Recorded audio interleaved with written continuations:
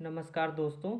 आज की वीडियो में हम दिल्ली सल्तनत के अंतर्गत दूसरे वंश खिलजी वंश का अध्ययन करेंगे। खिलजी वंश ने दिल्ली सल्तनत में सबसे कम समय के लिए शासन किया। जलालुद्दीन फिरोज खिलजी।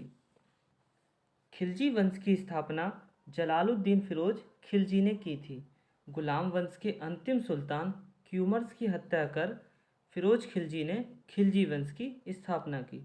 मलिक फिरोज खिलजी कबीले का तुर्क था। बलबन के शासनकाल के समय फिरोज उत्तर पश्चिमी सीमा का रक्षक था।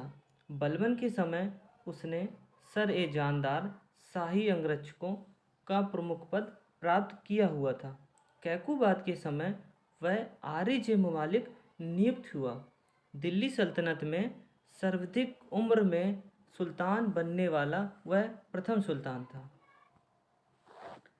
फिरोज खिलजी ने अपना राज्याभिषेक कैकूबाद द्वारा निर्मित किलोकरी महल में करवाया।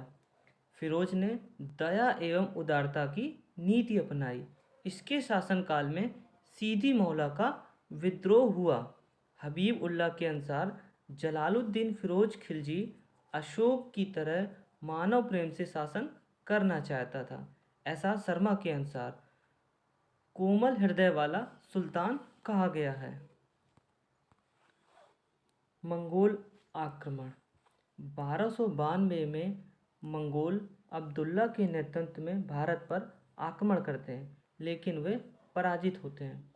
उलूग खां के नेतृत्व में 4000 मंगोल यहीं दिल्ली में रह गए।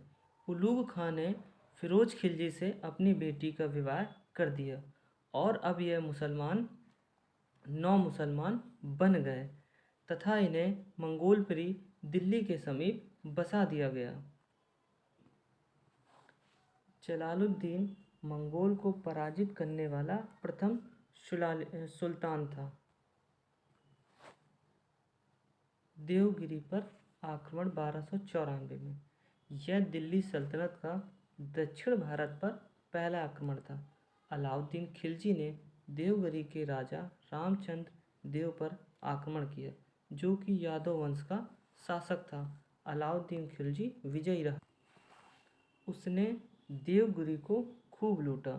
1296 में कड़ा में गंगा नदी के किनारे अलाउद्दीन खिलजी ने